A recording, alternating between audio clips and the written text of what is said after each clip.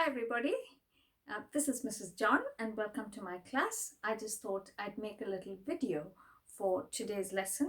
So what we've done so far is we have looked at distance time and displacement time graphs, and the last thing we did while we were in class on Friday was this thing, and the homework that I gave you was the next graph, which was exactly the same sort of knowledge and information, and I have put the answers to this on Google Classroom.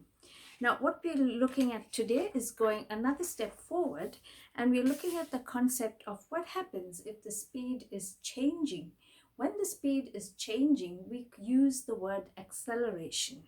So the speed could be increasing, and if it's increasing at a steady rate, then we say the acceleration is constant. And here's an example. So I've just drawn up this little table, and I've got three vertical columns. The first one is time. So it is timing from every second. At the start, time 0, and then after 1, 2, 3, 4 seconds. And let's just assume at the start the speed is 0. And after 1 second, the speed is 2 meters per second. After 2 seconds, the speed increases and becomes 4 meters per second. After 3 seconds, you're pressing the accelerator and the speed increases even more and becomes 6 meters per second. And then it becomes 8 meters per second.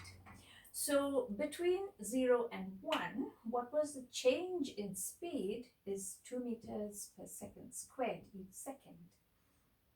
Again, between the first and the second, again the change in speed is another 2 meters per second squared. And then here too, between 4 and 6, and then between 6 and 8.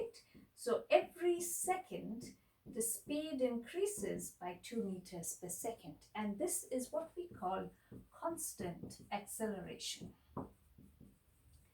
And it's possible to show this, to either calculate it using a formula or to draw it using a graph.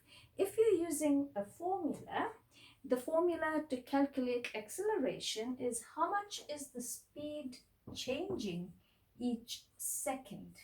So this is the way that we write the formula. And how do you get this change in speed? So the triangle stands, it's a Greek letter called delta, and it stands for change in speed. So this change in speed is given by final speed minus initial speed if you're using the word speed. If you're using the word velocity, it's final velocity minus initial velocity. Now acceleration is also a vector, so direction is important for acceleration. If you're doing a graph of acceleration in order to show acceleration, now this is where I'm going to introduce you to two more graphs today. So what we know so far was a displacement time or the distance time graph. And in a distance time graph, in case something was accelerating or increasing speed, you got a curve. This is what we already know. Now we're going to do something a little more today.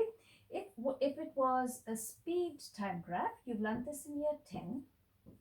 If something is accelerating, then the shape of the graph is a straight line through the origin. If something is going at constant speed, then you'd have a horizontal line away from here. If the speed was 0, it's a horizontal line along the x-axis. And you also have what we call acceleration time graphs.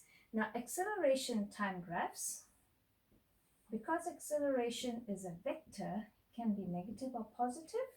So if something is actually increasing speed, constant acceleration is just a horizontal line. So to show this one, it'll just be at 2 meters per second squared. So the unit for acceleration is meters per second squared.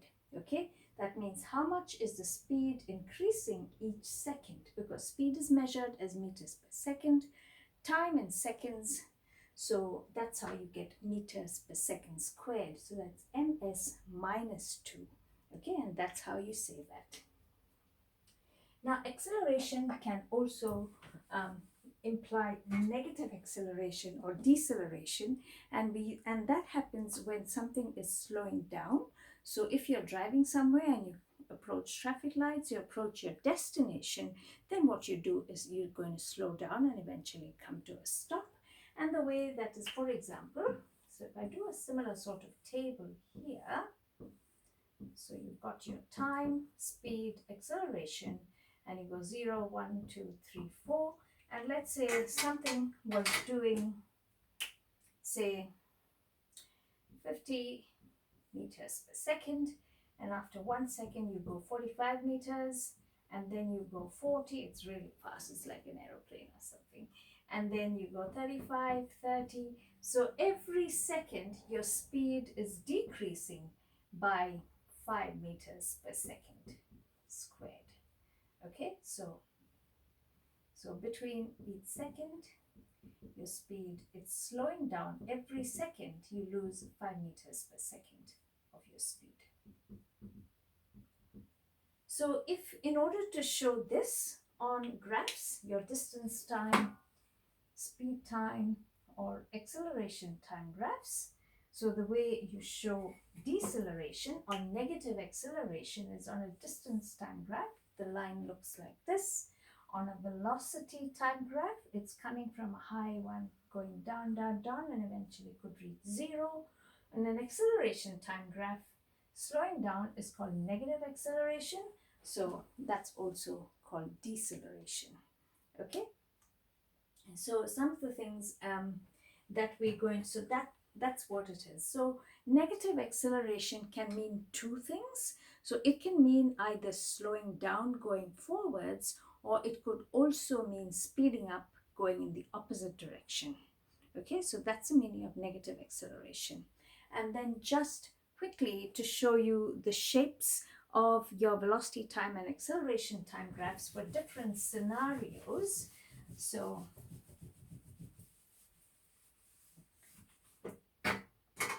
if you have velocity time graphs,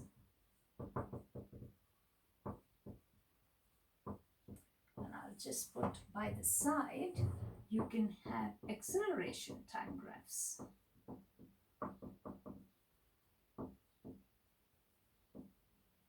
And maybe I'll just do one graph and show you the different things that can happen.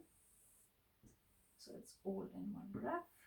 So this is your velocity time graph. This is your acceleration time graph. And I'll just put the units. So velocity is measured as meters per second, time in seconds, acceleration in meters per second squared. Time is measured in seconds. So I'm just going to show you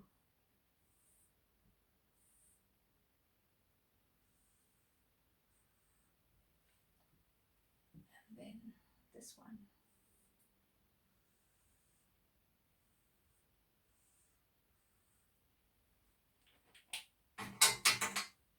So I'll just put A, B, C, and D. You can have A, B, C. So I'll just point out and tell you what this looks like. So if you have a velocity time graph, straight line going forwards, that means velocity is increasing. So you've got numbers going from 0. So let's say 10. So velocity goes from 0 to 10 meters in whatever time. Is a horizontal line parallel to the x-axis. This means it stays at 10 meters per time for this amount of time, for this interval of time. So that's constant velocity.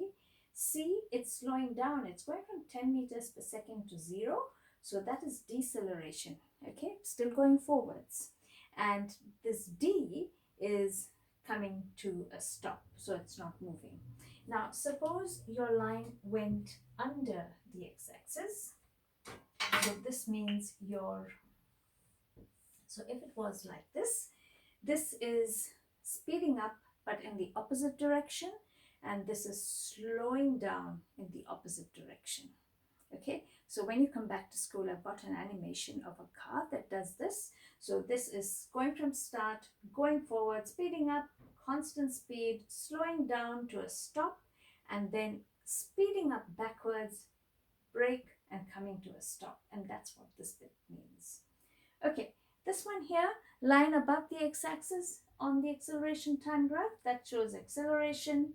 This is deceleration, And if it's a horizontal line along the x-axis, it could mean one of two things: that acceleration is 0. So acceleration can be 0 when something is going at constant speed, speed's not changing, or when the speed is 0. So it can mean one of those two.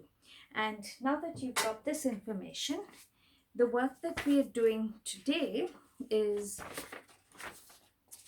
over here, this sheet.